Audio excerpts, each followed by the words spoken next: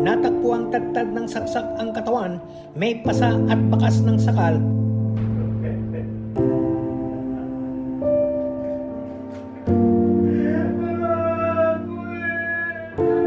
Gusto kong yakapin yung dalawa na ako.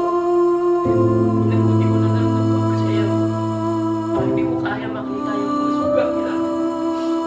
Ako sanang yakapin mga kasawang tingnan. Hindi ko kaya sila.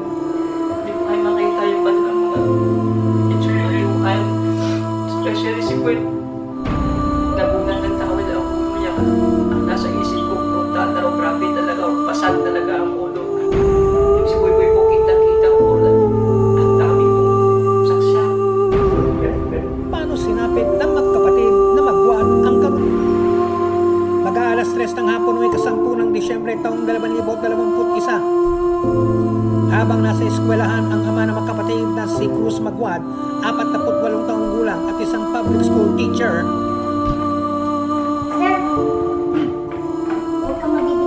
nakatanggap siya ng impormasyon mula sa kasamahang guro. Pinasok daw ang kanilang bahay kung saan naroon ang kanyang mga anak. Tawag ko yung aking teacher ko, mami ang kumari ko.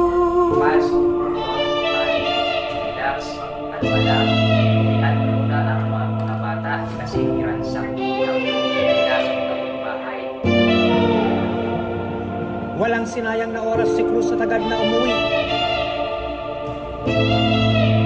Pagdating niya sa kanilang bahay, napansin niyang tahimik ang buong paligid.